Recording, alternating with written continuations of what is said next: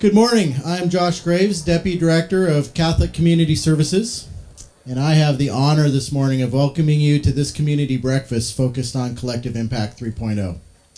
We have a wonderful presenter from the Tamarack Institute this morning, and we want to thank the generous sponsors of our event, the Willamette Valley Community Health, the Marion Polk Early Learning Hub, and the Marion County Children and Families Commission. Can we have a round of applause for our sponsors this morning?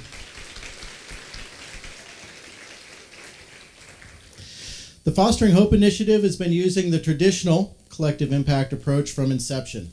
It was 5 years ago that we brought FSG to our Fostering Hope Initiative Closing the Gap conference.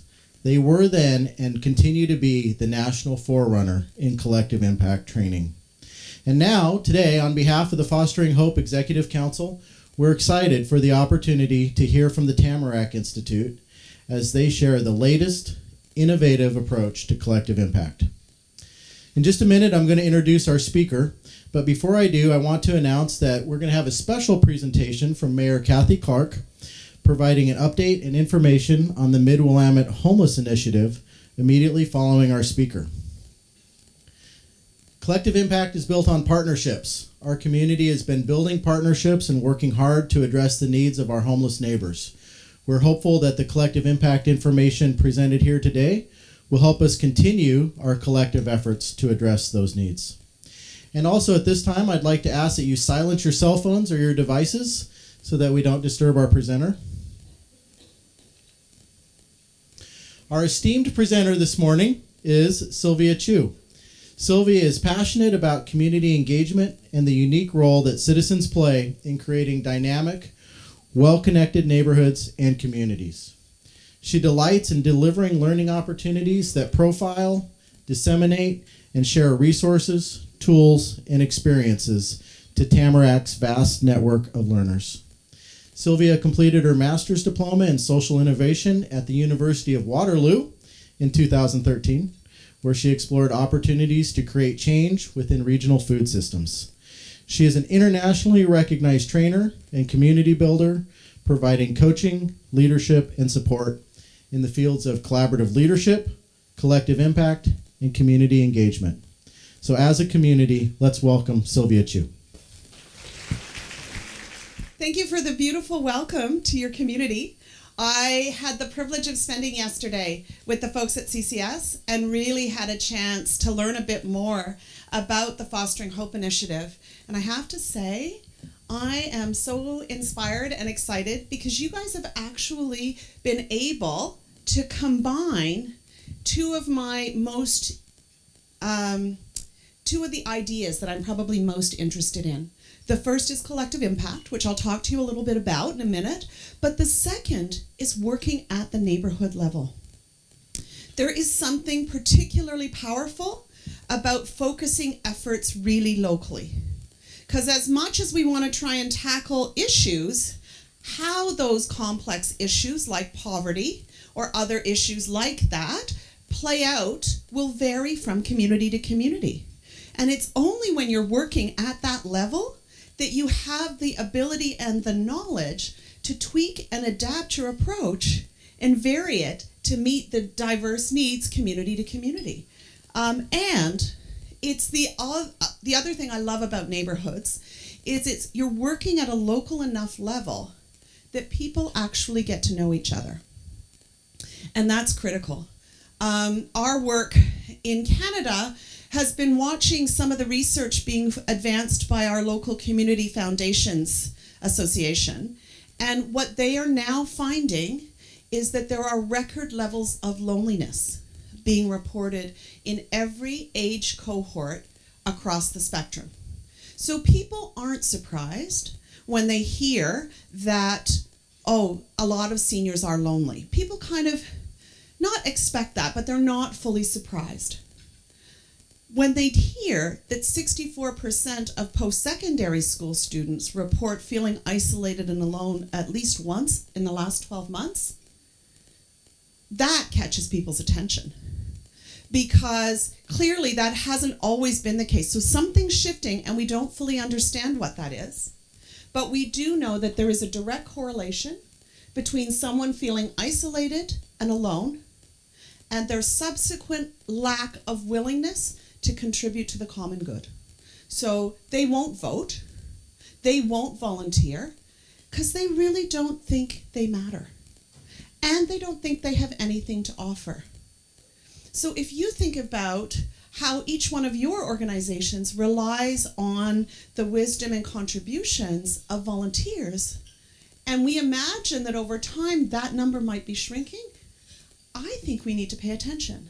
And that's why your focus on connecting neighbors to each other is such a critical piece of work. Now, I know not all of you in the room are involved in the Fostering Hope initiative. I know some of you are probably working on other complex issues in the community. And so I just need to preface what I'm about to say around collective impact by saying, yes, it works beautifully in helping the Fostering Hope initiative do its work in neighborhoods across Salem. But it's a framework that can work beautifully for a range of complex community issues. So I'd love to hear from you afterwards if some of you find, maybe this is a framework that would work with what we're trying to do as well. I don't know if this is going to want to work for me. That would help, wouldn't it? Techno peasant. Okay, this is me. This is how you find me. I know that they're going to share these slides afterwards. I love it if people just reach out with questions or have pieces of information to share. That's how I continue learning, which is a big passion of mine. For those of you who don't know anything about the Tamarack Institute, we are a national charity working in Canada, but increasingly working around the world as well. And our premise is twofold. One, that to tackle some of the most complex issues that are confronting communities right now, no one sector can own the issue alone. To really find impact, you've got to find a way for government folks, business people, nonprofits, and people with that lived experience of whatever the issue is you're trying to address to work together. That's where the creativity and innovation is going to come from. We focus our work on these 5 idea areas. And what we're really interested in is accelerating the learning of people in communities as they do that work, and then bringing them together to learn from each other and disseminate that learning out in the world. What drew me to Tamarack, because I was actually a community organizer in my own community, and I first learned about Tamarack because they are well known for balancing this theory and practice on the ground. So we all know there's great ideas. What does a great idea look like when you transfer it to your community, and how is that different from what it looks like when I try to transfer it to my community? Those are the kind of nuances that become really important. So to help better understand that bridge between theory and practice, we have created what we call 2 practice areas. Vibrant Communities Canada is our first, and this is Tamarack's intentional decision to partner with local communities to experiment with new ideas and to work and learn and refine those ideas in partnership with community. Vibrant Communities Canada focuses on bringing multiple sectors together to address issues of poverty and to reduce poverty in communities. We started with 5 partner communities. We now have 61 partner communities across Canada, and I think 1 or 2 in the US as well. Deepening Community is the place where I've been spending most of my time. It's a practice area that's newer, and we are focused specifically on place-based strategies, particularly in neighborhoods, like that really local scale. And as part of that, the unique role that citizens can and should be playing in shaping those agendas. You know, there's a lot of us who've fallen into a habitual pattern that we think of ourselves as voters or taxpayers, but we don't really see ourselves fully as citizens that both have a right to expect certain things, but also a responsibility to help co-create them. And so part of this is about looking at how we get those ordinary people. My colleague talks about the extraordinary power of ordinary people. How do we get more ordinary people remembering that they have something to contribute and need to be involved? So I really do want to share with you how this framework works. But before I do, show of hands, just so I get a sense. How many of you, this is the first time or almost the first time you've heard anything about collective impact? Okay? How many of you would say, so I've read a paper or two, I kind of have a sense of it, but beyond that, that's where it stops? Okay? How many of you would say, collective impact, talk to me. I'm living it, I'm breathing it, I know it intimately. Okay, so look at that. This is not unusual. Most groups kind of cover that spectrum. To give you a bit of a backstory, I know you've had the folks from FSG here. John Keizer, Mark Kramer, two of the principals at FSG, they were credited with writing an article in 2011 that was published in the Stanford Social Innovation Review. It went viral. It just took off. Probably one of the most downloaded articles in the history of the Stanford Social Innovation Review. It talked about this innovative new approach to tackling tough issues. And what I love, and I shared this story with the folks at CCS yesterday, is how they got to the idea. So they are researchers. FSG, from their history, stands for Foundation Strategy Group. So their work largely was with foundations. And they got brought in on a consulting assignment by a network of philanthropists who said, listen, every time we get together, we ask ourselves one question. And that one question is, so what? What difference are we making? We have invested as a network over a decade in a variety of programs, and we really want to know, does it matter? How are we affecting positive change? So they said, we're going to give you a list of the programs that individually, collectively, we've invested in over the last little while. And we want you to objectively go out, interview some of the people involved in these various programs, and come back and help us answer this question. And or, what we need to be doing differently. So out they go, they interview all these different programs and services. They come back to the network and they say, okay, so the good news is 80% of the time, the investments that you all are making a positive difference.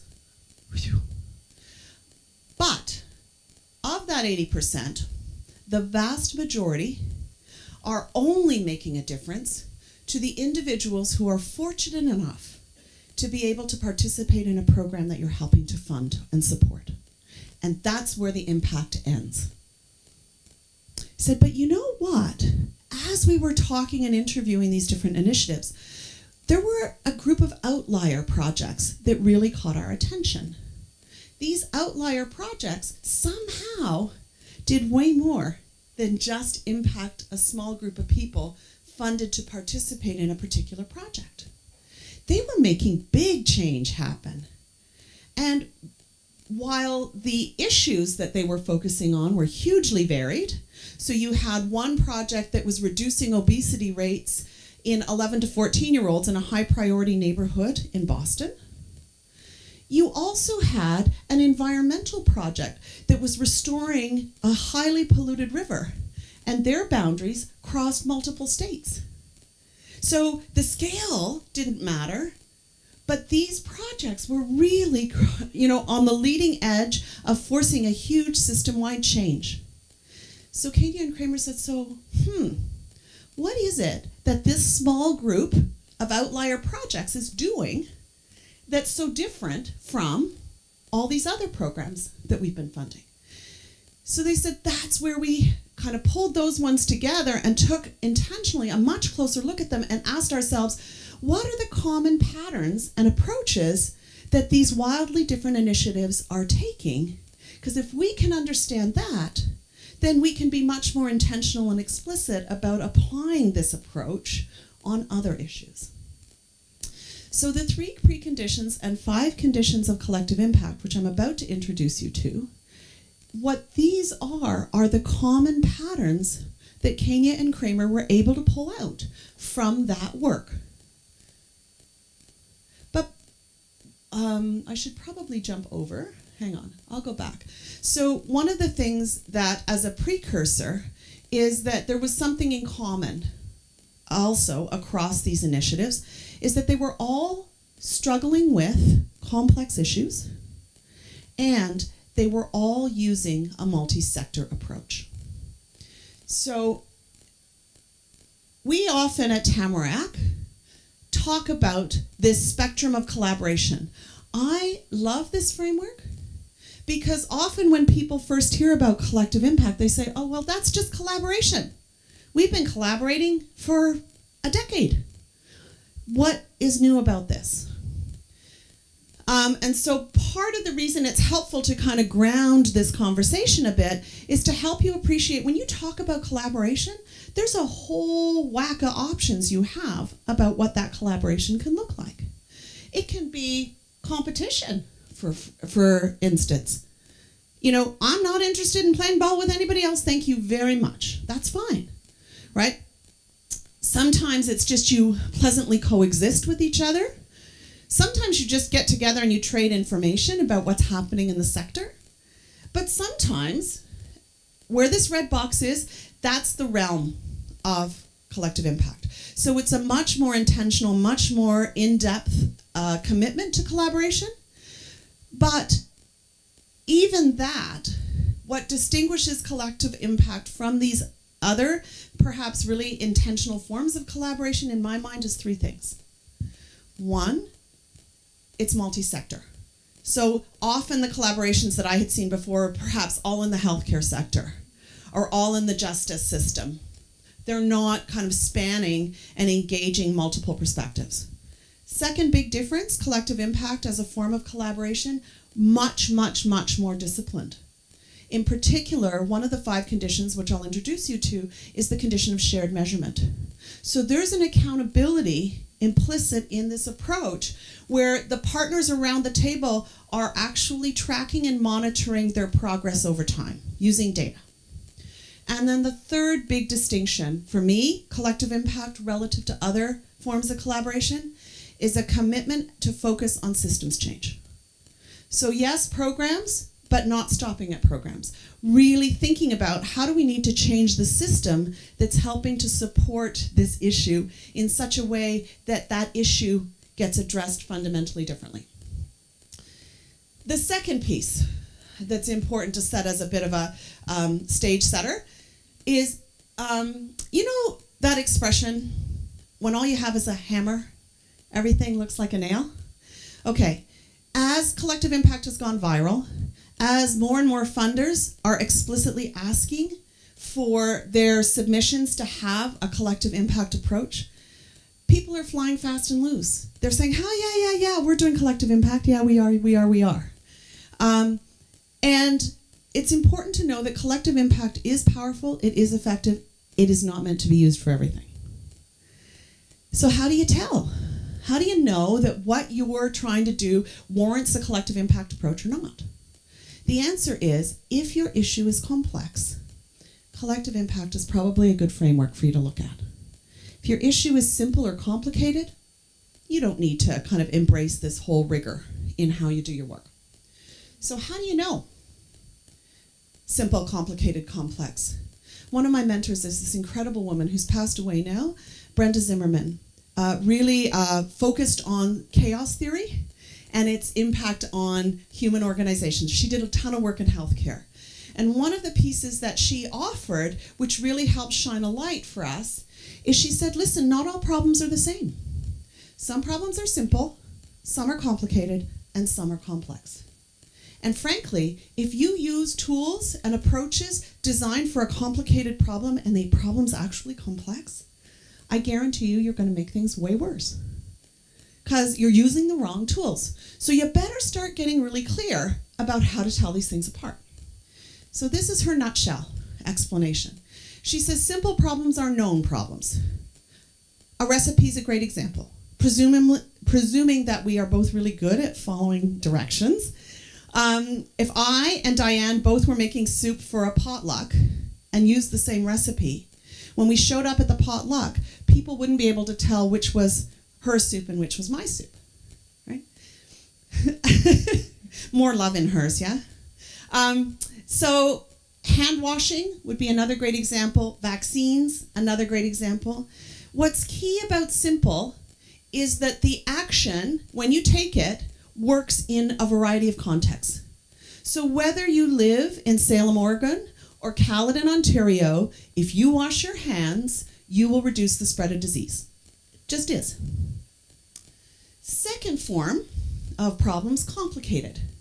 So these are knowable problems. What they're saying is there's more layers that you have to coordinate when you're figuring out the answer. But once you figure that out, boom, and get it moving, that solution is going to keep working indefinitely. Okay? Rockets are a little bit intimidating to me. I'm not an engineer. For me, putting on a play feels like a really good example of complicated. So every play you set out to do, you got to figure out all these bits and pieces, right? Who are your actors? What's your script look like? Who's your director? What does the tech look like? What are your props and sets looking like? Each one of those things is a problem in and of itself that you have to resolve. Once you figure it out and you click those pieces together, you're going to have a beautiful play. And you will continue to have a beautiful play as long as you want to keep putting that play on, right? That's complicated. Complex is a fundamentally different kind of problem. How many of you are parents? How many of you are parents to more than one child? Those of you who are not parents, have you ever been in a relationship? You have lived complexity. What makes a complex problem fundamentally different from the other two is that the pieces aren't static, right? So if you think about yourself as a parent, you have your first child and you're kind of bamboozled and you stumble along and you get advice from all kinds of different people. And, I know it feels like forever, but probably within 6 months, you kind of got it nailed down. You kind of know what you got to do, at least for the baby years, and then all bets are off when they hit the preteen years. But seriously, you kind of figure it out. And in our case, I was sharing yesterday, I'm a mom of 3 kids. And our eldest is a daughter who was very creative, very introverted, and loved to read. So she, though we didn't know it at the time, was relatively easy to parent, right? She could entertain herself endlessly, and she didn't make a huge fuss. So we, of course, took credit for that. And we're feeling awfully confident about our ability to parent. So, of course, we went ahead and had a second child. Well, Garrett arrived, and Garrett was nothing like Gabriella. Garrett was the kid that lapped the house, right? Whenever he was not dead asleep. And, for the first little while, we were baffled. We were doing exactly the same thing we did as parents that we did for Gabriella. But guess what? No luck. Wasn't working. Why? Because Garrett's fundamentally a different person than Gabriella, number one. And number two, we weren't solo parenting Garrett. We actually had 2 kids. And that created another whole range of issues that we had to figure out, right? And then, of course, we had Sean.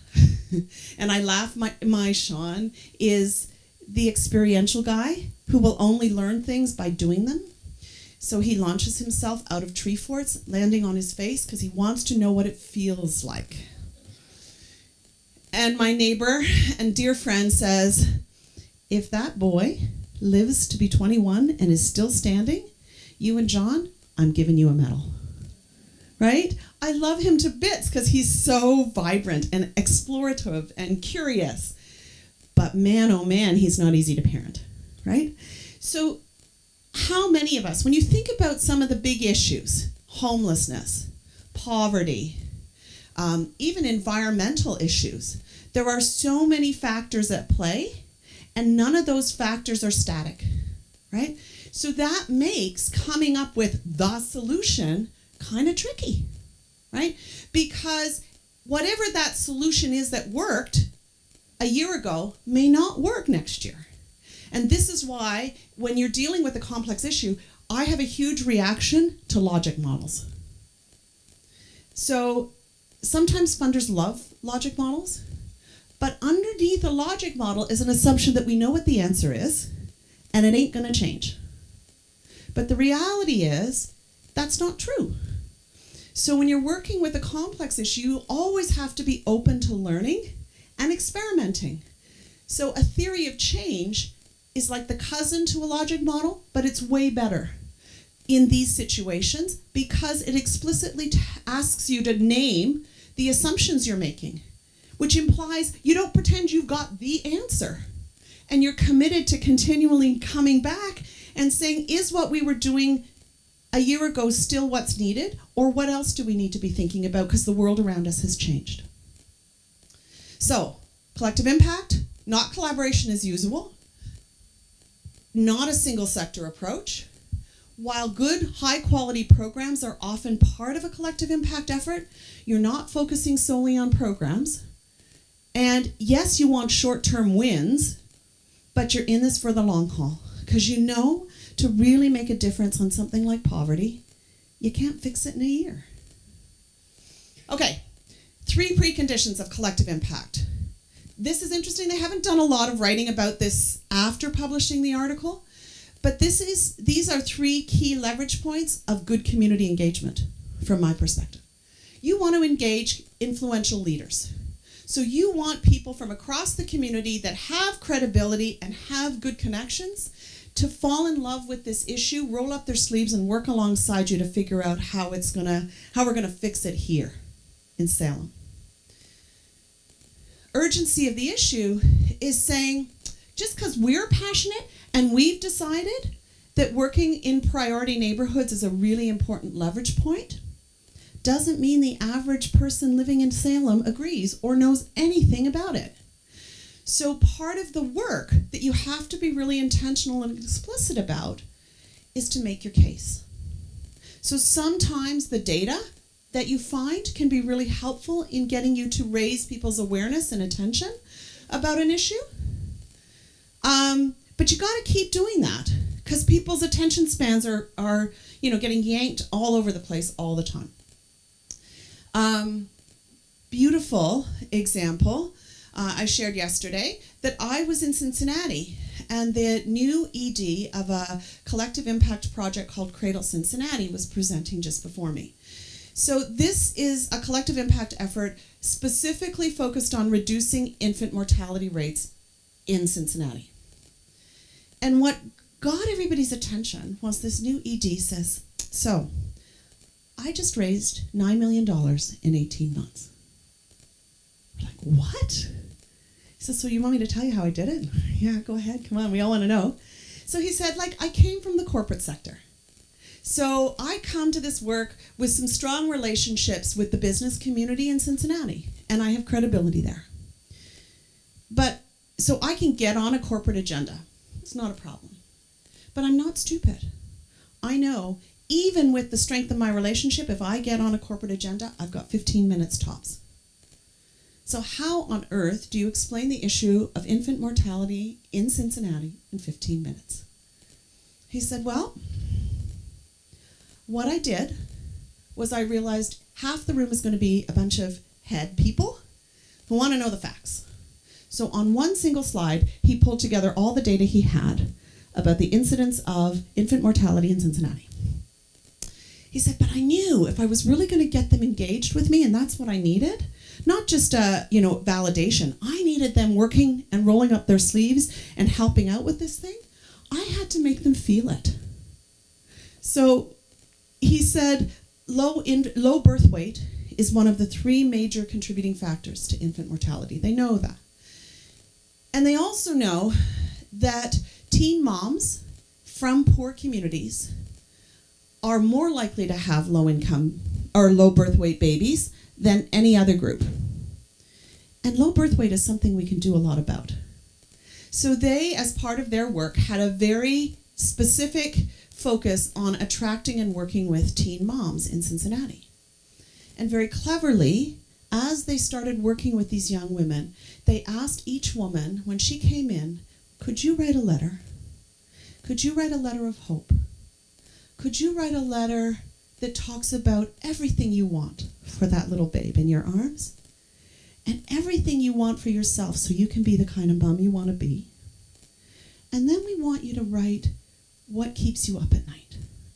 What really terrifies you about being able to get to that place that you know you need to get to? And what kind of support do you need? With the permission of these young women, he would share these letters. So at the end of his 5-minute presentation, 10-minute presentation on data, He'd say, so listen, if any of you have been moved at all by the issue that I've just talked about, and you want to do something, I just need 30 minutes. Can you give me 30 minutes? So he says, about 80-90% of the people will say, yeah, I'll give you 30 minutes. So what does he do? He individually sends them a letter from one of these young women. He said, I'm going to send you her letter, and I want you to remember every time in your life you were completely filled in doubt, you stumbled, and someone came up and clapped you on the shoulder and said, don't give up. Got your back. Keep going. I'll be there for you. And I want you to write that kind of letter back to her. And I promise, if you give me that letter, I will personally make sure she gets it. That's it. 15 minutes, he's walking out the door. He says, probably 6 to 8 weeks on, his phone starts to ring. And it's these people that have all written letters. So I wrote that letter you told me to write. I just think this is appalling. How can a city like Cincinnati have an issue like this? I'm powerful. I know people. I'm connected. I have skills and gifts. I need to be doing more than writing a letter. What else do you need me to do? Beautiful. He took that urgency of issue challenge. He didn't try to convince these people that his issue was the most important issue they needed to focus on. He gave them one little vignette and a chance to walk in his shoes. The moment he did that, it stopped being his issue he was trying to convince them to work on, and it became their issue, and they wanted to be there. Huge, huge, huge, important part of how you create that sense of urgency and awareness around what it is you're trying to do and why it matters. The third is adequate resources. So adequate resources, yes, it's money, but it's way, way, way more than money. It's donating time. It's donating the resources you have. It's making the boardroom that you have available to pull people together to start a conversation about something you're seeing that you don't even fully know what it's about, but you got to start paying attention. Right? That's what this work is. Every time someone contributes something, whether it's money or not, they are beginning to own your issue with you. So how are you creating those opportunities to accept people's contributions of resource? Okay, 5 conditions of collective impact. Here you go. Common agenda. So, looks pretty easy. Imagine you're bringing different sectors together who never really work and talk to each other. Getting them all on the same page to understand that, we better do something about poverty, and then sorting out between and amongst themselves. So, are we going to tackle the housing part? Are we going to tackle access to food? Are we going to tackle employment? Each one of those is a huge piece. Multiple ways to get in there. How are we going to do it here? So it's what is it we're trying to do together? And how are we going to do it? That's the common agenda. Not unusual for it to take up to a year or more for the group to really confidently land in on the answer to that. Shared measurement has 3 components to it. So the first is you look at the data around your issue currently, and you have that inform your approach. So if the people who are poor in your community are saying the most important thing to us is jobs, guess what? You better focus on jobs first, because that's what they're telling you, right? So you look at that data, and you use it to help shape your approach. Number 2, you want to make sure that across your network table, you agree on 7 to 10 measures that you are going to track regularly, and that you can track regularly, that are going to help you keep a pulse on how this issue is morphing and changing, and what progress, if any, your work is having. And if it isn't having the progress you'd hoped, what have you learned around what you need to change to make that better? Shared measurement also means you're not just collecting that data. You're actually protecting time from the players in this project to make sense of what that data is telling you and what you need to do based on what you're learning. Mutually reinforcing activities is the third of the 5. So what this is saying is, as a community, we all have a stake in addressing this issue. We all have different programs. We're all dealing with, different portions of our community around it. Can we not figure out who's doing what across the community as a whole, and then kind of step back and say, where are the gaps? Where are the overlaps? Where are the really promising projects that we just need to think about how we replicate across the city? What's really key, nobody's fault, right? We all do what we're incented to do. So when you're in an agency and you are given a funder's budget and you are told you are going to deliver this program, you put your head down and you deliver the program. When do we ever get a chance to do something like this morning? All come together in the same room, put our heads up, and plot across all of us what the heck we're doing, and step back and say, wow, if you and I work together on this, maybe we could serve more neighborhoods. Or who knew your boundary stops at this street, my boundary picks up 3 streets over, nobody's serving this strip up the middle. How do we fix that, right? That's what mutually reinforcing activities is about. Continuous communication is the 4th. And I was explaining yesterday, for me, this kind of has 3 dimensions to it. The first is, imagine you're bringing together people from different sectors who all have different language for the same thing. So can you slow down people's conversation enough so that they begin to understand each other? I was laughing about organizing a local food summit in my rural community where I live. So I've been doing this facilitating stuff for a long time. I should know better. We're about 3 weeks out from our beautiful first ever food summit in our region. We have 140 people registered, all set and ready to go. And wow, we've got diversity. We've got farmers, we've got researchers, we've got restaurateurs, we've got chefs, we got the whole shebang. And I'm trying to recruit this guy that I volunteer with on the board that I volunteer for, because he's the VP of strategy for Maple Leaf Foods. I'm thinking, wow, if I could get him to this summit, that's like a coup, right? So I say, Tom, you really got to come to this event that I'm hosting. You're up in this community. This is really cool, and it lines up exactly with your work. You'd have a lot to contribute. He says, yeah, Sylvia, for me, I'm clear. Regional food is 100 kilometers within where I live. He says, Sylvia, it's really interesting you invited me. Maple Leaf Foods has just named local food as one of our strategic priorities. Guess what? His definition of local food was anywhere in Canada. Oops. How could I not have thought about that? I'm so focused on, I know what regional food means to me. I wasn't even thinking the way he was thinking. Thank God I learned this 3 weeks before the event, not 3 weeks after, because then we were able to be really explicit about what did we all mean by local food. But that's a really good example of the communication and how challenging it can be, even when it doesn't, you would think it would be pretty straightforward. The second layer of communication for me is when you create a collective impact table, you are intentionally pulling people in from different organizations and different perspectives. So, and at most, maybe you have 30, 40 people around that table. If you think about an issue like poverty or homelessness, do you think 40 people could fix it? Gotta be able to get way more than 40 people.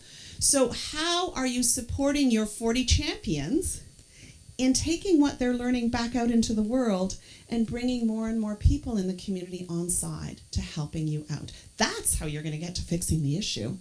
So that's the second layer of communication. How are you taking back what you're learning and sharing it more broadly? And then the third layer is, why are we doing this? We are doing this work in service of our community. So ultimately, that means we are accountable to the residents of this community to tell them about what we're doing and the progress that we're making. So how are we taking time as we're busy doing this extra work to write it up and tell the story about what we're learning and what more needs to happen? And then the fifth of the 5 conditions is called backbone support.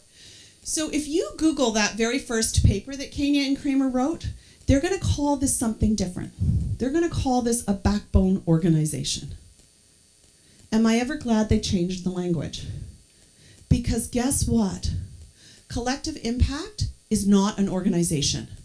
When you sit around this collective impact table, you are not setting out to create a new organization. And so what that does mean, though, is you can't assume that there's this coordination, monitoring mechanism that's going to be the glue to keep this project moving forward across these different organizations. You actually have to create it so that there's a coordination that's happening across the different partners that continues to build momentum. So I think that's really key. There is a critical point when you've been out there touching base with people in the community and you're kind of getting a sense about what it is you're trying to do and why, but you're afraid. What if we choose this path and it's not the right one?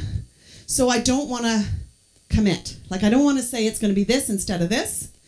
And so, but, we're all under pressure because people are saying, so you're part of that network thing, right? You guys have been meeting for a while. What the heck are you doing? And you don't want to say nothing, right? So there's usually one or two among you who says, you know what, we're missing a structure. We should really incorporate. We should really, develop our terms of reference, blah, blah, blah, blah, blah.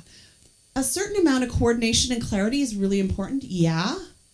But the problem is, if you're using it to put off making a decision around starting on this path instead of this one, and you go through all this rigmarole to create a new organization with bylaws and terms of reference, I guarantee you the work you think you're going to be doing and the work you actually end up doing will likely not be the same.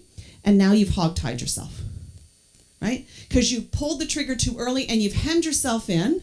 And now all the different partners you're trying to reach out to don't see you as a new opportunity. They see you as a competitor. And that's not what this is meant to be either. So what we know about collective impact from our work in Tamarack, because we've been working on this multi-sector approach to poverty reduction for well on a decade, is that it's dynamic, this work changes over time, and it's best to probably plan out 3 to 5 years, even though you know that this issue is something you're going to be working on for more than that. Because that's basically as long as most people can commit to, right? So you need to be thinking about who replaces the chair of your project, your initiative, when the current chair is ready to step down. How do you keep kind of coming back and redesigning and intentionally planning for the renewal of this work over time? So Kenya and Kramer have worked with us to kind of pull this together, and I like it. It's basically saying there are 4 levers that you always have to pay attention to as you're designing your project, your collective impact project, but the nature of what you're doing in each one of those 4 pillars will shift and change as your work matures. As you get clearer on your path, that's how you'll figure it out. So, great theory. What does it really look like? So now I'm going to tell you a story of a great initiative. It comes out of Erie, Pennsylvania, that really illustrates collective impact at its finest.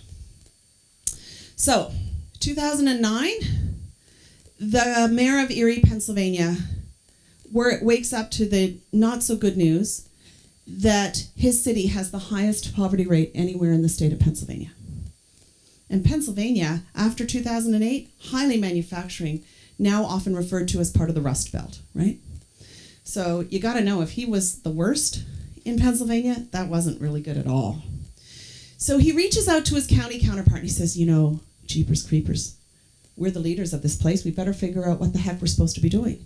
So they do a lot of research. They go and talk to different groups that are, including one of our projects, the Hamilton Roundtable on Poverty Reduction, that's been kind of working in this really cool way for a while. And they want to figure out, what are the options for Erie?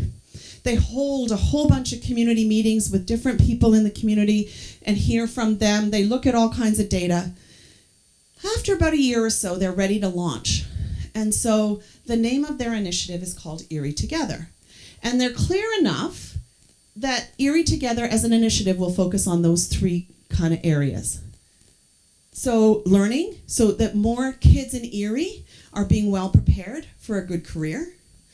Working, so more people who are working in and around Erie actually are making enough money to support their families. And then finally, the Thrive dimension is saying, even with all this work, we know there are people that need food banks. And when they need food banks, they kind of need them now. So how are we going to support those people that are in the most urgent need? That's the 3 areas of work. But what I loved was how they went public. They started by talking about Erie Together by what it wasn't. It is not a social service program. It is not a social service organization. It is a county-wide civic movement. Whew. You know what that says to me? The not-for-profit sector isn't going to fix this for us. Government isn't going to fix this for us. Holy moly, if we as a community want to fix this, we all better roll up our sleeves and get working together. That gave everybody permission to own it, but also responsibility to own it. And that is brilliant. So, what they did next is they formed working groups around each one of these 3 areas. They pulled in subject matter experts and people who cared about these different issues. And each one of these working groups then set a goal for what they were going to be driving for in the work that they were doing to move them towards fulfilling the commitment of or the outcome of their stream. Let's pretend we're all sitting around the Learn working group table. Okay, some of us are early childhood experts, some of us are teachers, some of us are parents, some of us are researchers, and we all share this common love for our kids. And now we're starting to debate. We go out and we know from literature these are 5 really important milestones that are good measures of, are we on track? Are our kids on track to get to this meta goal over time? So now we start debating. Okay? So there's some of us, me included, because I'm the high school principal, and I say, if high school completion is one of those markers, there's a whole whack of kids because of teen pregnancy who never graduate from high school. So if we're looking for a place to have bang for buck, that's where we need to put our energy. But someone else is saying, no. Remember, this is about getting them to a place where they can have sustainable incomes. Literature's really clear. Science, technology, engineering, math. The STEM focus, that's where our curriculum needs to be strengthened if we want to meet our goal. Someone else is saying, you know what? Kids that are involved in the criminal justice system never make it through high school. Let's focus there. You know what? Why is this tough? Exactly. Any one of these pathways is the right pathway. But we know enough to know if we try to do all 4 of these pathways or 5 of these pathways, we're going to diffuse our energy and we're not going to get anything done. So we have to pick from one right option over another right option. You know where they landed in Erie? 3rd grade reading. Do you know how they got there? For all the data, for all the conversations, for all the meetings, one day someone walked into one of their Learn Table meetings and said, I just learned that the corporate prison industry uses 3rd grade reading data as the most reliable predictor for how many prisons they better have ready a decade from now. Whew. Everybody, when they heard this, their hearts stopped. It wasn't just a this anymore, it was a this. And they said, holy shoot.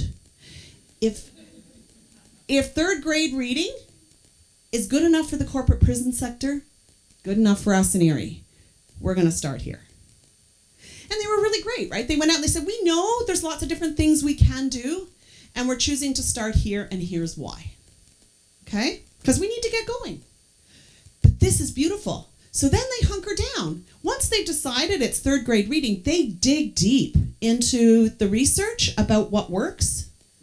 They talk to the different teachers. They start getting the data on where are they really in terms of 3rd grade reading. One of the funny challenges was that the different players in different schools used different scores, and so they had to actually make sure that they were all counting the same stuff. When they cleaned that all up, they discovered that in 2013, 33% of their grade 3 kids were below basic reading level, 33 were at basic, and 34% were reading above grade level. But because they hunkered down and they looked at promising projects that had worked well in other jurisdictions and figured out how to make it work in Erie, they mobilized parents, they mobilized church groups to put together grandparent after-school reading programs. They had the teachers all singing from the same songbook. They had the libraries pulled in. Everybody that had a stake in reading was suddenly all focused on, let's get our third graders reading better. So that in 3 years, look where they got. They got to 75% of their third graders reading above the grade level. 19 at grade level, and only 6% of their third graders were below grade level. That is pretty darn amazing. And why, for me, this is a beautiful story about collective impact is that it shows you some of the paradoxes, right? It shows you that that could only have happened by pulling in all those different community resources. Gotta know, if the schools and teachers tried to do this alone, I guarantee you they wouldn't have been nearly as successful, right? It also shows you why shared data is important, right? Because not only is this a huge validation for the approach, but it was a huge enthusiastic reinforcement to the working group and everybody involved, because it says, holy shoot, this works. We did something good. Now what are we going to do? Right? Beautiful. And so that shared measurement stuff, even though it's tough, really matters. And the third thing that this story does beautifully for me in terms of understanding collective impact is it shows you the paradox. So you got to hold that big picture, like Erie did, with the 3 outcomes that they were driving for. And you got to talk about, how you want to tackle it. But at the end of the day, you got to pick something. You got to pick something and you got to get going. And I hate to say it, but many of us are conditioned to not experiment, especially if we're in the human service field, right? Holy moly, what happens if we experiment and we get it wrong? Like, that feels like way too much of a burden. I shared yesterday, I was invited to speak at a sort of a relaunch of the work of the Calgary Homelessness Foundation. So they are a collective impact initiative that works across the city on issues of homelessness. And they've been working together collaboratively for a decade. They'd actually gotten to the place where all the different players in the homelessness care system in Calgary shared the same data platform. So they could really take an accurate pulse at any point in time around how many people were homeless in Calgary. Where were they? Were they kids? Were they families? Were they men? Like, they just knew. So the new ED in the relaunch, based on all the previous work, the relationships, the trust, the data, says, in 5 years, we are going to eliminate homelessness in the city of Calgary. We are confident we can do that. So guess what happens? These funders, they all love to get behind a winning horse. And so the province, the federal government, the municipal government, the philanthropic sector, and corporate sponsors all over this. They are throwing money at the homelessness initiative faster than they can deposit it. And all is great. What attracted them? That hairy, audacious, we're going to eliminate homelessness. Whew! Imagine if they were the first city in Canada to do that. They'd be superstars. Here's the problem. About 8 months in, the price of oil is tanked. Unemployment is super duper high. The rates of homelessness have actually grown, not shrunk. And this ED gets called into a meeting of our funders. And they say, okay, we got a problem. Our donors are getting antsy. We invested in you because you told us that you would eliminate homelessness in 5 years. Gotta say, we're looking out there on the streets. We're not convinced you're going in the right direction. So we need you to give us certainty that you're going to reach that goal. You got 4 years left. Reassure us. She puts her head down, thinks for a minute, takes 3 deep breaths, puts her head back up, looks him in the eye and says, listen, you want certainty? Let's go back to doing things the way we did them before, because then you and I could both be certain it's not going to work. They don't like this answer. They don't want stuff to go back the way it was before. And said, no, that's not what we want. We want certainty you're going to get to the finish line. And she says, well, folks, hate to tell you, this sector full of really smart, incredibly committed human beings. Don't you think if we knew how to fix homelessness, we would have done it already? Yeah. Just because we know what is not working, just because we know more than what we're currently doing is needed, doesn't mean we know what we need to do instead and as well. She said, welcome to my world of safe fail experiments. That, to me, beautiful definition of collective impact. So day to day, individual players in a collective impact project are part of organizations and programs, and they're doing their thing, which is important for the people that are homeless in Calgary right now. And each one of them goes home at night and says, wow, I know I did good work. Why am I seeing more people on the street? Surely we got to do more than what we're doing, because this isn't enough. And so the collective impact table is this beautiful, protected space of innovation. It's where we, who all know a lot about this issue and care about it, get to break free of our day-to-day work in it and start imagining what else, what more, what do we want to try, and making commitments around doing that experimentation. So I just want to take you through what for us are some of the nuances. So in 2014, we hosted John Kania to come and present to a number of collective impact leaders across Canada.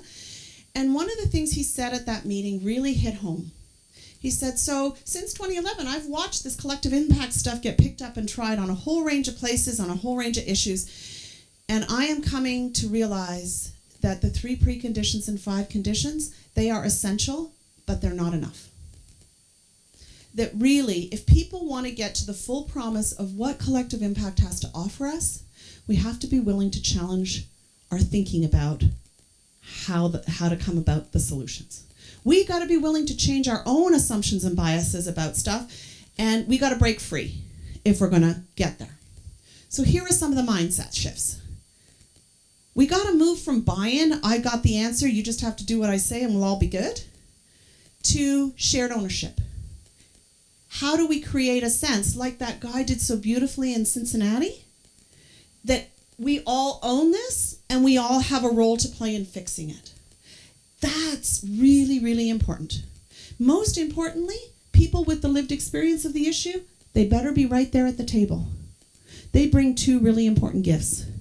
Number 1, they've lived it, man. They know whether your beautiful innovation is going to work or fall flat. Number 2, they have that sense of urgency and accountability around the table. You and I might say, okay, it's all right if we eliminate homelessness in 5 years. If I'm the guy sleeping on the grate 5 years, are you kidding me? I don't want to wait 5 years. So they bring a really important perspective to that table and are hard to engage, often. So where does the innovation come from? The innovation comes when we bring together people who don't normally focus on this issue, and we get them thinking about this issue together and imagining what more they could do. They have to spend a lot of time creating a sense of this issue from each other's perspective so that they're collectively seeing it for what it is.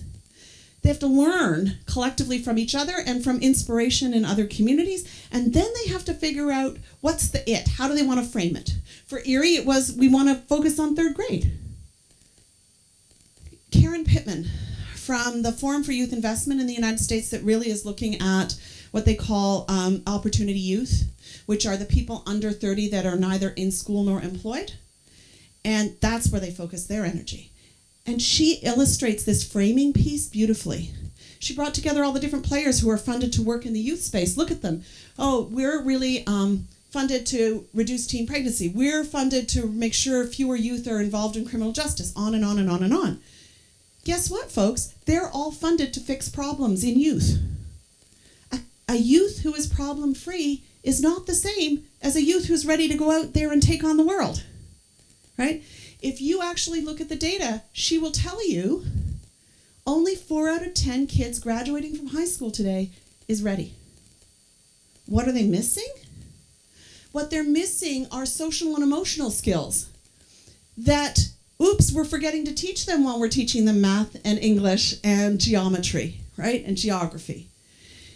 It's things like, I can fail and get back up.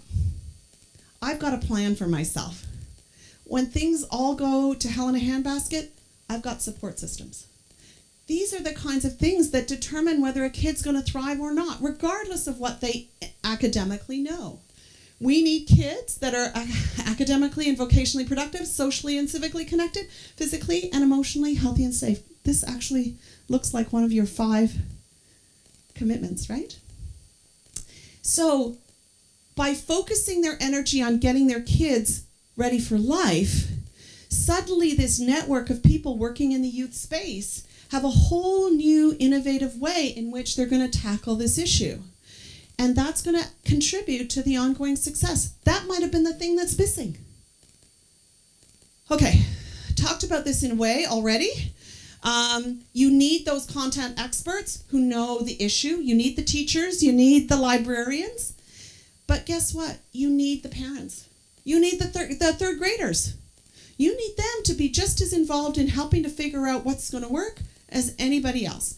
So their context expertise is as important as all the content experts that you pull around the table. And getting them all to feel trusting enough to actually be authentic with each other, there you go. That's another piece of the work. So yes, it's about funding, but it's also about investment. Because investment goes hand in hand with that sense of shared ownership. You need people, you don't need to be convincing people that what they really need to be focusing on is reducing poverty in your neighborhoods. You need them to feel like, wow, better do something because that's what I do, because I live in Salem, Oregon. You need programs? Absolutely. But someone said to me, you know, it's true, right? We keep funding programs and getting mad as hell that the system doesn't change. Well, hello? Programs were never meant to fix the system. If we really know that we need to fix the system, then part of our strategy needs to explicitly say, okay, what are the system changes that need to happen? And while we're busy innovating and implementing and testing out new programs, what's the agenda we're driving to shift and change the system, the rules? I shared with people yesterday that one of my mentors, who was a longtime federal civil servant, served under many prime ministers, said, listen, I've seen it all, and I will tell you, any lasting social change I have ever seen has 3 players that are always engaged. The first is the poet. And the role of a poet is to translate private suffering into a public concern. So when you're looking at tackling a tough issue, who are the poets in your community? Who are the people that can put emotion and the real authentic story of this issue in front of the eyes of the public? Second player you always want to have at that table is the warrior. Okay?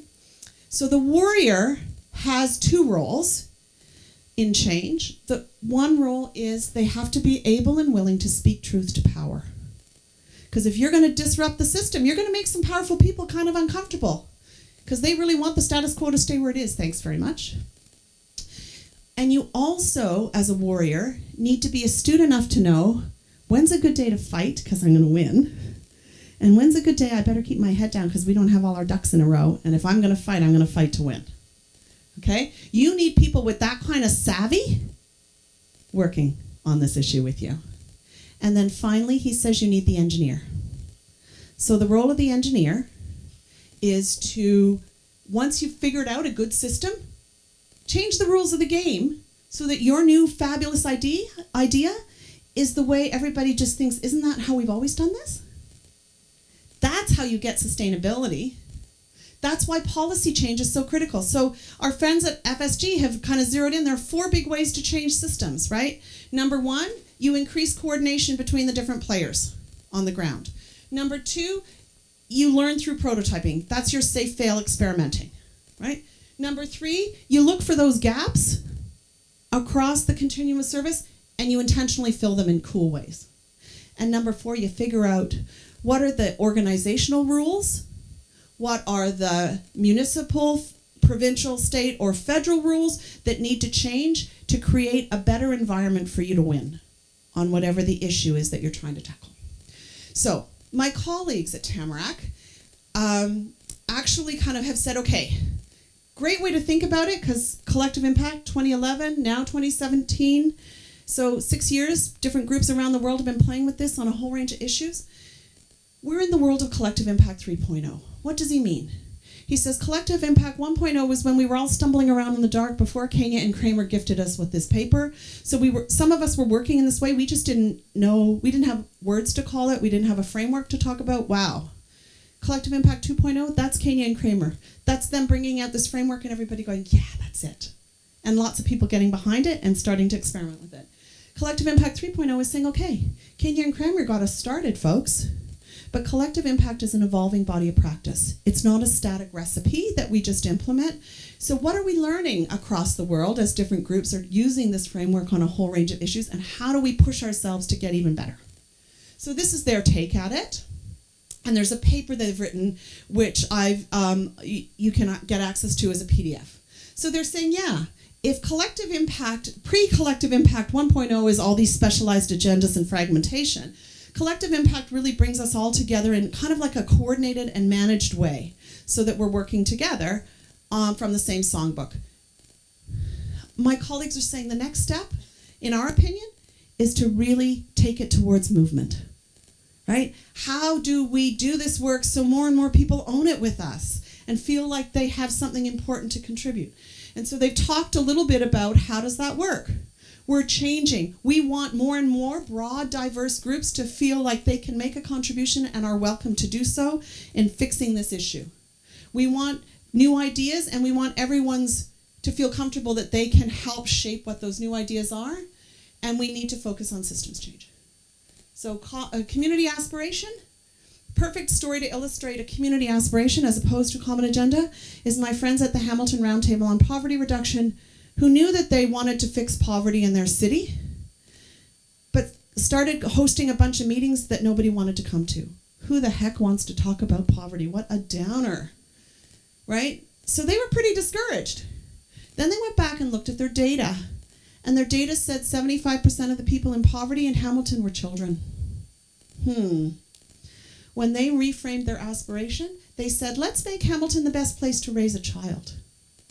Suddenly, everybody wanted to be part of that conversation. Well, guess what? If you're creating a city where every kid is thriving, you are addressing poverty, because 75% of those kids, that's their reality. And if we're going to take this on, it means we're going to address poverty. That's the difference between an agenda and an aspiration. Yes, you want continuous communication, but you actually want authentic engagement. You want to be going back to your community and telling them not just the progress you're making, because everybody loves good news. You also want to be straight up about where you've stumbled and what that's taught you about this issue.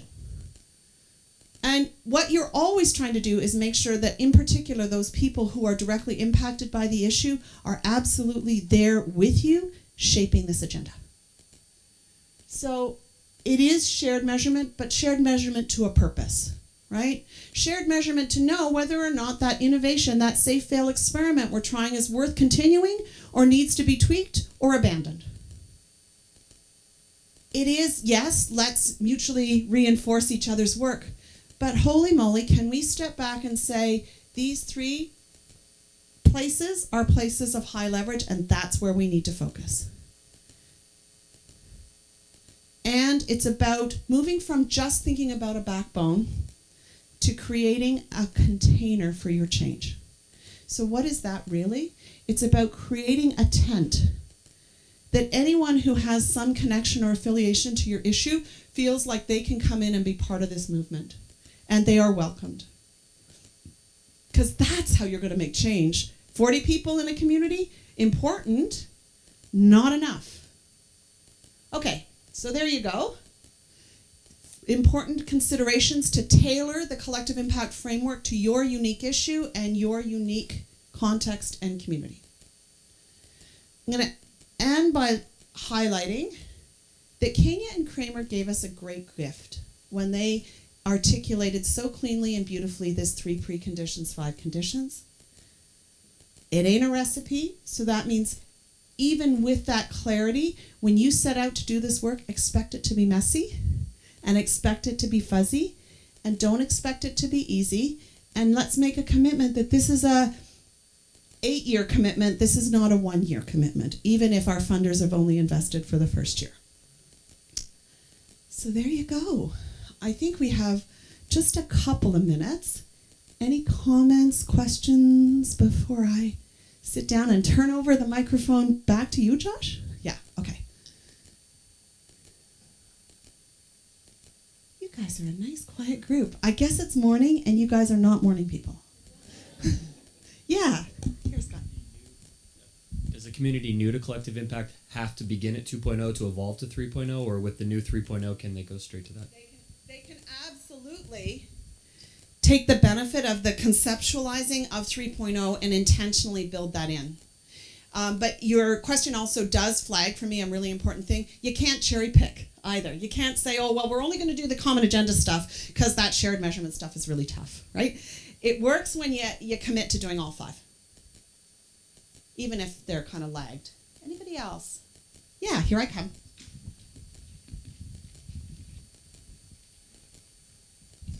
Have you seen situations where there are multiple groups already in a community working on an issue, and then how to better bring those groups together? Yes.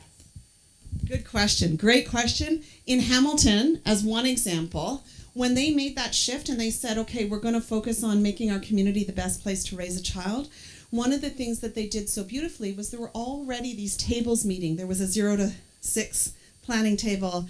There was a preschool planning table. There was a primary school planning table. All they did was went in and made sure that every one of those leader groups understood the impact of poverty on that group that they were trying to champion, and worked with them to say, okay, if we put the lens of poverty in front of what we're trying to do, how does that change things? So that would be one thing. I would also say some of the really impactful work comes when you've got collective impact tables working at different scales simultaneously and connecting in with each other. So you've got like a local effort, but then you've got a statewide effort, and then you've got a national effort. And each one of them is working on a different agenda, but those agendas all lift each other up. So there would be another really great example. Okay. Probably time for one more. Here I come.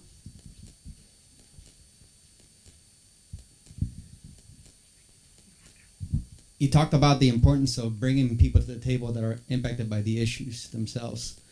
How would you recommend we do that, considering the obstacles that people face, right? Whether it's transportation, maybe they're working a night shift and a 7:30 meeting wouldn't work. Maybe they have issues with childcare. How do you do that? That is a fantastic question, and there isn't one simple answer. One thing is that you have to let go of their involvement looking like sitting directly at only this table. Maybe to accommodate their reality, you're hosting meetings at night sometimes, or you're kind of getting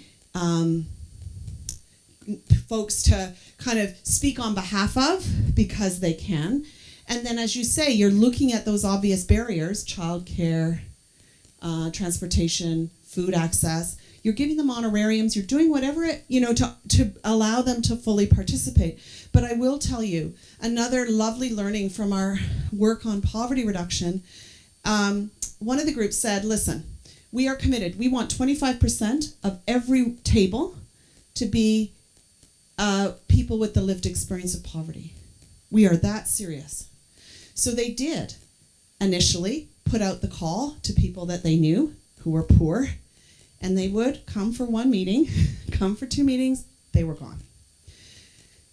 So then they kind of sat down and strategized, and they came up with all those obvious things. We're going to make sure there's childcare. We're going to make sure there's an honorarium. We're going to make sure that they have their transportation covered. And now they came and they stayed for 2 meetings, maybe 4.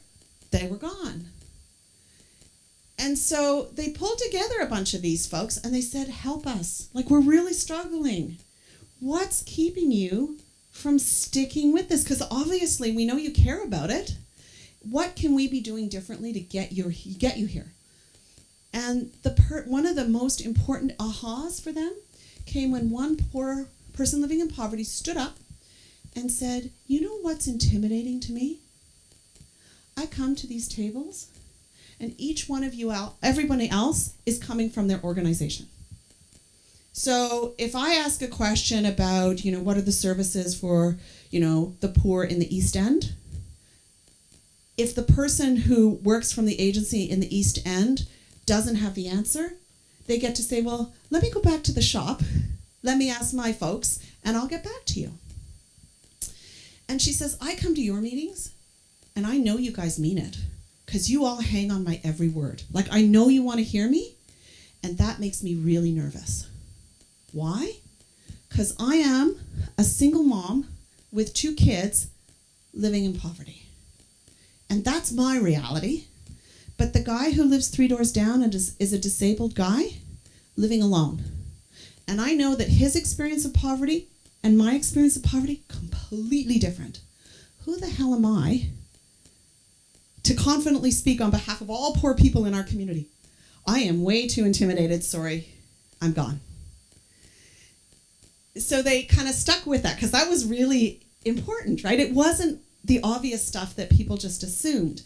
And then they brainstormed, and how they ended up working around it was they say, so how do we build that shop for the poor folks that are kind of connected in with our group? And so they started a weekly coffee hour that they hosted, and all the poor started getting the word out to their colleagues, and people started showing up pretty regularly for coffee. That became the group that they could be the go-to for to recruit people to sit on the various tables. If nobody had the answer, they could ask the coffee group.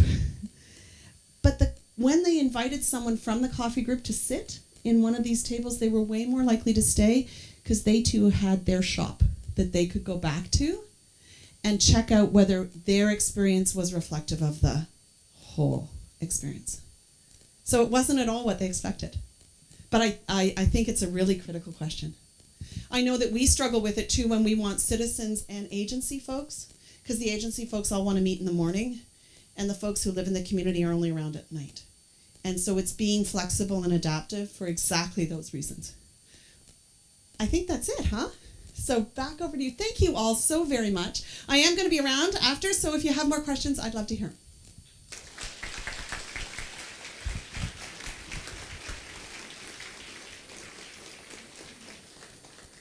Thank you, Sylvia. That was amazing, and I get to share that I got the opportunity to have lunch with Sylvia yesterday, and she is just an amazing, personable, wise individual. So if you have the opportunity to spend a few more minutes and chat with her afterwards, I would encourage you to do so. It's just an amazing experience. So let's have one more round of applause for Sylvia. That was great.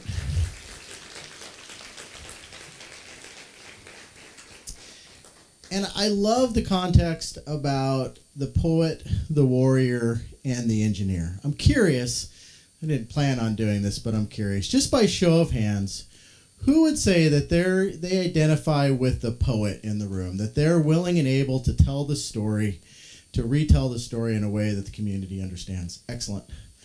And where's our warriors? Who's willing to fight the battle or know when and where to fight the battle? Absolutely. And how about our engineers, those people that put all the systems in place? Yeah, Dick is definitely a warrior over here, if anybody didn't know that. Where's our engineers that are willing to develop the systems, put the work in place, make sure the programs work? Excellent. That's very good. As I think about a poet, a warrior, an engineer, I wanted to introduce Cathy Clark, the mayor of Keizer, to come up and talk about the Mid-Willamette Valley Homeless Initiative. And I just so appreciate your willingness to take the time and continue this conversation in our community. Cathy Clark. Thank you so much. Perfect. Thank you so much. And thank you, Sylvia. That was absolutely riveting. And I hope the PowerPoint's going to be available for us to get. Thank you, because I can't take notes that fast anymore. Good morning, everyone. Thank you for allowing me to come here today and share with you what we have been doing for the last year and a half regarding the Homeless Initiative. Many of you in the room have already been part of this conversation, and this is something that we know we need to work on. This fits right into what Sylvia has been talking about, collective impact, because when it comes to homelessness, every single person has an answer, because every single answer is different, because we're dealing with people. We're dealing with people who are in various phases of their lives, who are trying to find a space and a place to land that fits where they need to be, and that is not one size fits all. As a matter of fact, it's like one size fits none. And that's been one of the real challenges for the well-meaning and well-thought-out, but very difficult to implement plans like the 10-year plan to end homelessness. I think many of us are familiar with that one. So this was a reset. This was, okay, which is it, the forward button that I hit? Yes. This was a reality that we all are painfully aware of within our communities. We have friends, neighbors, people we go to church with, people who are in our community who are homeless or housing insecure. We have children in our schools who are homeless and still making it to school. God bless them for their tenacity. But it is not acceptable to this community that we have people who are homeless, period. But what do? We've tried a variety of approaches. We've looked at different programs, and one size, again, does not work, does not fit all. So we have seen an increase in homelessness in Oregon in general. We have seen an increase in homeless population in the Salem, Keizer area, Marion, Polk counties. Falls City has a tremendous problem. Little Falls City in Polk County has a huge homeless problem. A problem with homelessness is not the people. They're not a problem. I want to make that clear from the outset. The problem is that we do not have appropriate housing options for people in our community with the supportive services that some of them need. So right from the outset, the problem is not the people. We working together are going to solve problems for shelter and sustainable housing. So we have people who are camping in streets, vacant buildings. Any of us going around town this morning saw people who were picking up their stuff from having slept under an awning on a park bench because it didn't rain last night, down by the river. They're here. And I actually had someone tell me about 3 years ago when we started the conversation about the Homeless Initiative, oh, that's not a problem in Keizer. What?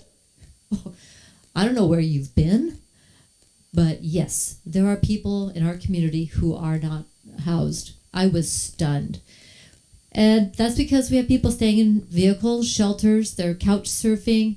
And there are communities within the Salem Keizer area that refuse to let people of their community be homeless. And they will double, triple, quadruple bunk, whatever it takes to make sure that a member of their community, their family, their culture will not be out on the streets.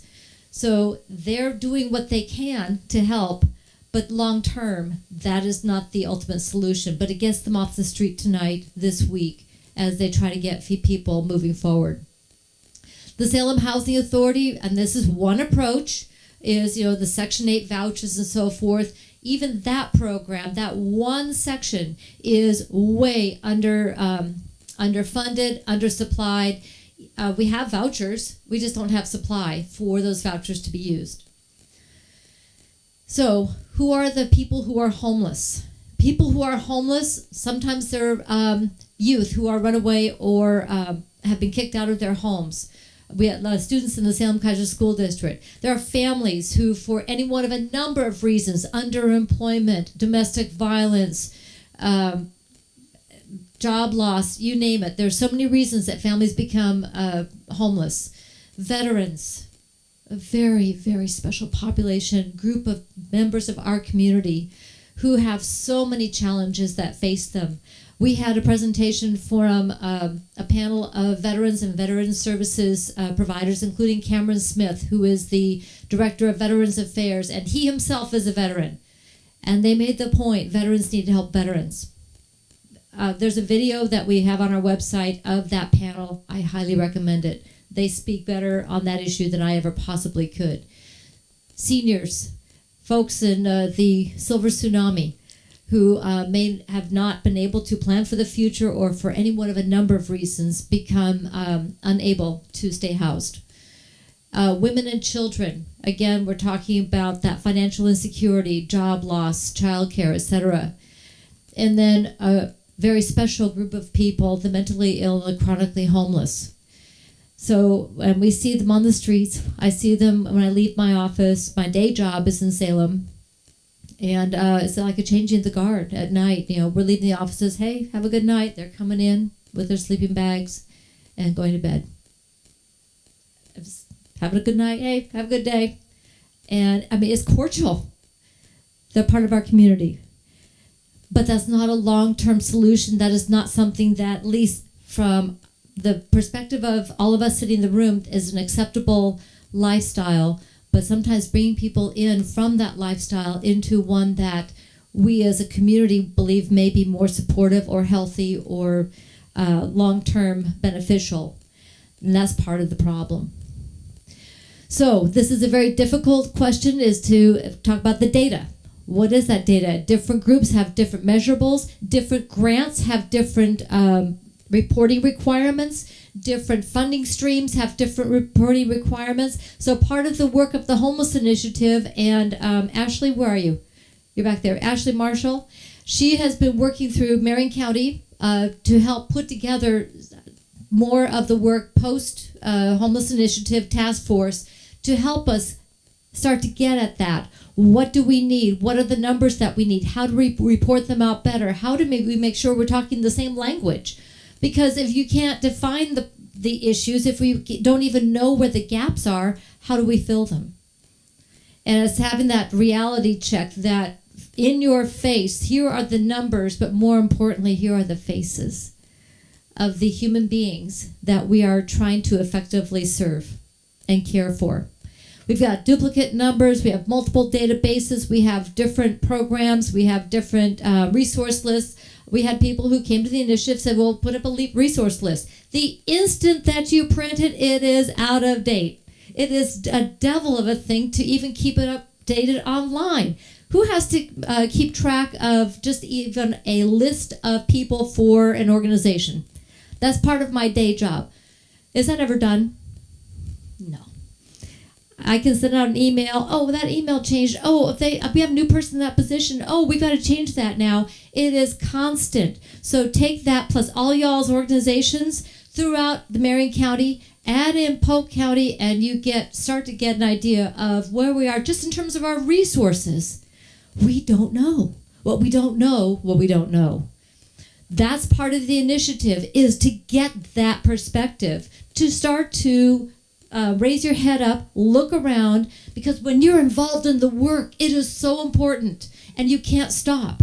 But you need a structure, a perspective that will help feed that to you, help gather that information and share it out. And that's what the initiative is looking to move forward with. Trying to get that good information on our youth. Thank you to the Salem Keizer School District. They are phenomenal partners, and oh my goodness, Irma Oliveros was on the task force. Very helpful, and it was really helpful for her to see the broader picture outside of her work, and for us to hear what our schools and our school counselors are dealing with on a daily yet hourly basis. We have people who receive services. We have many who do not, for any one of a number of reasons: fear, pride, lack of knowledge, you name it, everybody has a different reason that they aren't in services. So, how many people are homeless in our community? This was just a point in time, and we have a new data that's coming out, but I don't think we're going to see a big change in the numbers. And people have said, well, we got to get all these people taken care of. Great, wonderful, fantastic. I think we can probably house everybody for a night, but what about tomorrow? What about next year? What about people who came into this community? Because this is not a static group. If you have everybody gathered up in one place, I can get them all housed tonight. But some of them are going to be gone tomorrow. Some people are going to be coming in tomorrow. This is not a static group. That's another part of the challenge, is that just within anybody who works in a school. A friend of mine worked in an office for an elementary school, and she said she had one person who their whole job was to enroll and unenroll kids. All through the school year. This wasn't just kindergarten roundup. Okay, we got the classes. We got it all set. We're good to go. Nope. Every single day. Well, this kid moved in. This kid now moved out. Or they just moved to this apartment, so now they have to go to this school. It was a daily, full-time job just to keep track of the children in that one elementary school in Salem Keizer. So that's why we try to get a sense of the different groups that are needing services within our community, so we can start to get a sense of the types of services that would be effective, where each of us then can look, oh, I'm doing that work. You're doing that work. What happens if we do it together? We can help serve more people, make a bigger difference, and then start to get a sense of where we're going. So lack of housing capacity, no question, that is part of the issue that we have in the Salem Keizer area. We know Portland also has a huge problem, but the work that we did on the homeless initiative was to focus on the housing needs that we have here. We all have comp plans. Salem and Keizer already have comprehensive plans that include our housing needs analysis. Just go to the executive summary. It'll give you the numbers you need. The data is pretty thick, what we have to report to the state. The bottom line is that we have a lack in all housing types. So just look at our housing capacity waiting list for Section 8. You can see that we have a tremendous deficit. But we also have a need for apartments, multifamily. The biggest need that was identified by the property owners and the property management companies was a 2-bedroom, 2-bath multifamily. But we also have a shortage of single-family residential. Our big housing developments for Salem and Keizer are in Dallas and Turner. So guess what that does to Highway 22 in the morning? People are commuting in here for work because that's not where the jobs are, but that's where they can find affordable single-family housing. So we have multifamily going in. If any of you have been to the lift project that is now under construction on Portland Road, that is fabulous. That's another area where private-public partnership came together to turn a huge piece of property into what will be housing, stable, permanent housing for hundreds of families in our community. Habitat for Humanity continues to build. We have 2 houses under construction in Keizer. We've got multifamily going in where we can put it. So we're trying to get it built. We're trying to move forward with supply, not only for the temporary, which is what Section 8 is supposed to be, but also for permanent and supported housing as well, of all types. So you're going to see a lot more construction going on, and you're going to get some people going, well, I love the idea of housing, but don't build a lot behind me. I really like that view. We're in a city. It's going to get built. Move on. I'm from LA originally. I lived in the middle of all this, so I've seen it happen. And if you're in a city, you're going to have housing. You're going to have people. But isn't that the idea? Is we're going to have nice, safe, secure, decent housing for people? This is going to be part of the equation. But we got to be communicating with each other. So the call to action with the Mid-Willamette Homeless Initiative began with a conversation between Mayor Anna Peterson of Salem and Commissioner Janet Carlson of Marion County. Marion County has a huge social services need and platform, as we all know. But we have the 10-year plan to end homelessness. It's not working. What's not working? Let's take a step back. Let's look at what's going on. Let's look at what we need. Let's make sure we have the folks at the table who need to be there. So that was Marion County and City of Salem. City of Salem, of course, goes into Polk County, so Polk County was invited to the table. And then they heard me on a radio show talking about the need for serving the homeless in our community, and I got a phone call that night going, "Do you want in?" And I said, "You better believe I do." Because homelessness, just like everything else involving people, doesn't stop at a border. Okay, I got them out of Keizer, we're good now. No. Because that human being, that family, is still not housed, they're still not taken care of, and that doesn't work. Period. So working together, we've been able to take a better look at where we are and hear what we need to be talking about to ensure that we are addressing the plethora of needs that people have to move from homelessness into supported housing, into permanent housing, and into stable family lives for themselves and their children. So what we have looked at was we want to look at proven strategies, we wanted to look at best practices, we wanted to bring in the things that have worked, things that haven't, and take a look at where we are here in our community. So we had 8 subcommittees looking at affordable housing options in our area, financial literacy, focus groups, and coalition coordination, what's it going to take to bring folks together, health and housing, public safety. Public safety was huge, by the way. We had participation from the City of Salem, City of Keizer, Polk County, and Marion County sheriffs. The collaboration alone there just blew our socks off. At the City of Keizer now, we have parole and probation and DHS housed at the Keizer Police Station. When they go on a call for domestic issues, they have a DHS worker go with them. They're in the car with our police officers, so when they get to the scene, they can start to connect the people with services, resources, and other things that they need right now. Why are we doing that? Because it's effective in serving the needs of our community. Our police chief will say, I can't arrest anybody for being homeless. That's not going to solve the problem, and our officers won't do it. But they wanted resources to make sure they can move forward and actually serve people effectively. And then, of course, our veterans. We have a large veteran population here with the National Guard housed here, and we have such a strong tradition in our community of service through the military and the commitment that we have all made to make sure our veterans are appropriately and respectively cared for. So what did we learn is complex? Yes, indeed. Individuals have different needs. One size fits none.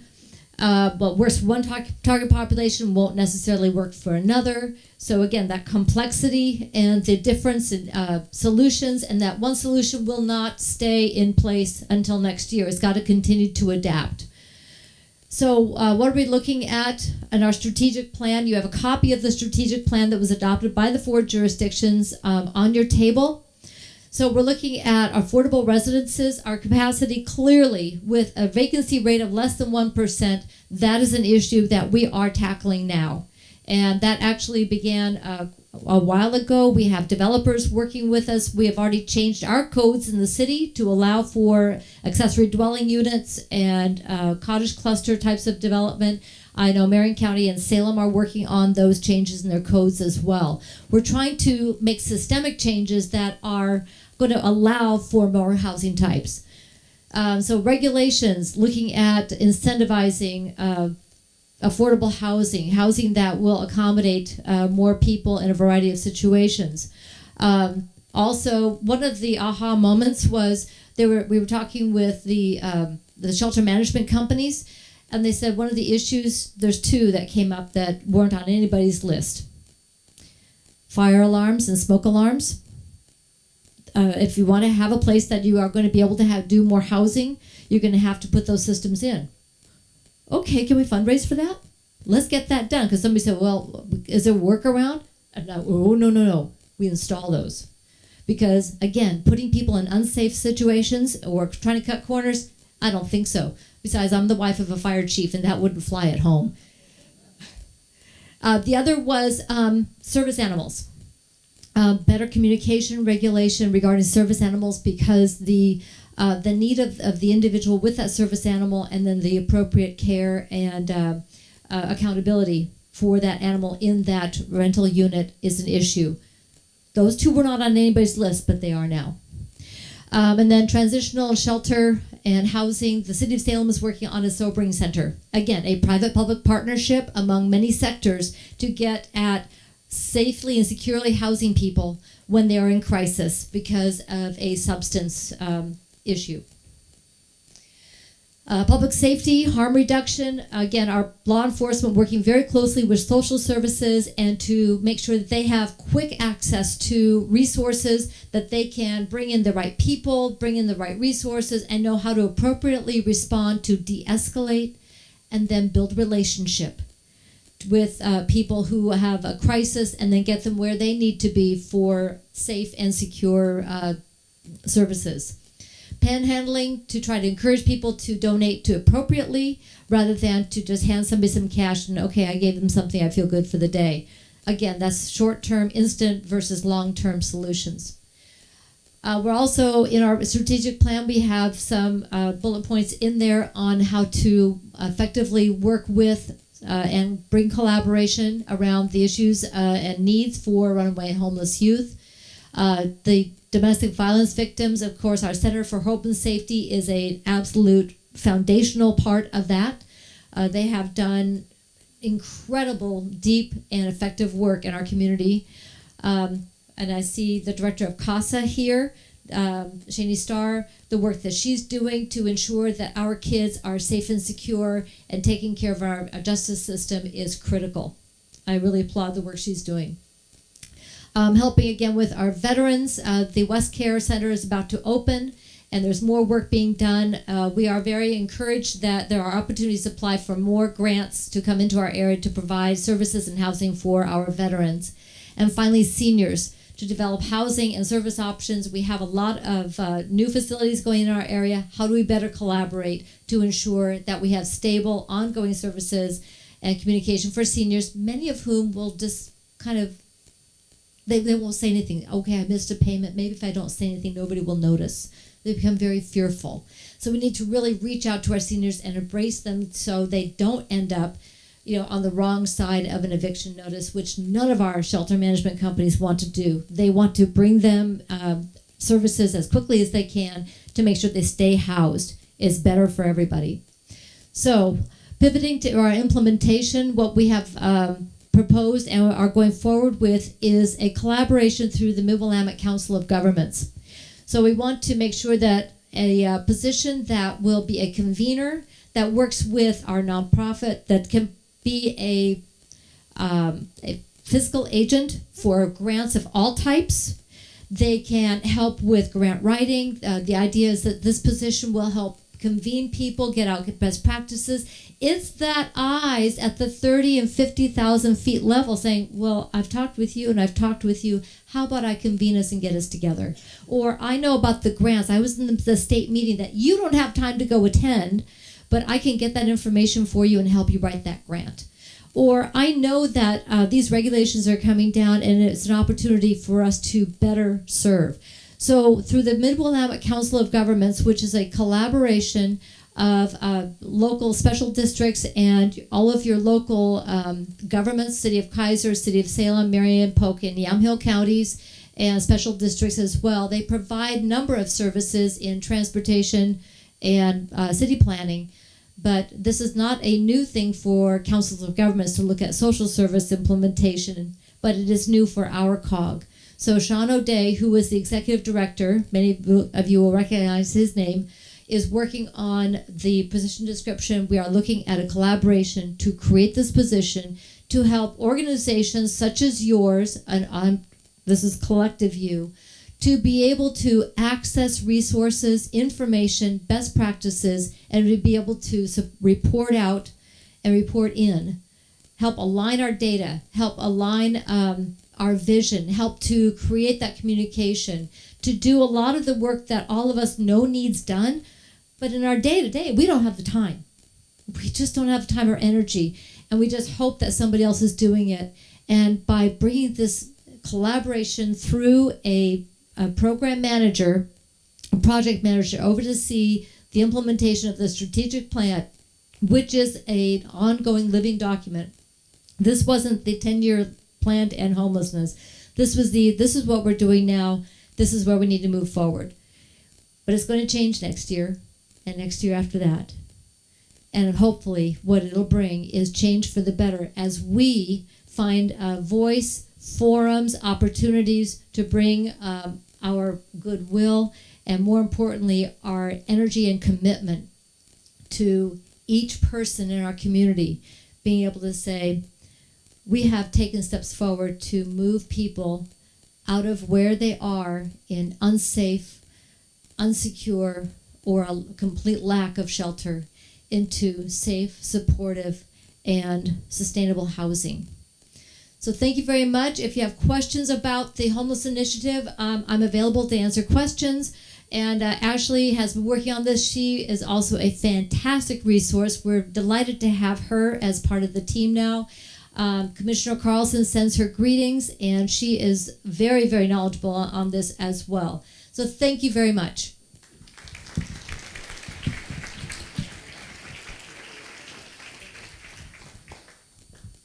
Well, that concludes our community breakfast this morning. I just want to thank you. I want to thank you for coming. I want to thank you for caring, and thank you for being a part of our community. It's a wonderful community. Have a great day. Enjoy your weekend, and thank you. Whether we use the artwork that was designed at the time, it never did make it to mass production, and I don't know why. I don't know if it's a resource issue or things kind of stopped for a little while, but now this two-city, two-county effort, we got a step. It's even more pronounced now than it was 3 or 4 years ago. Congratulations on the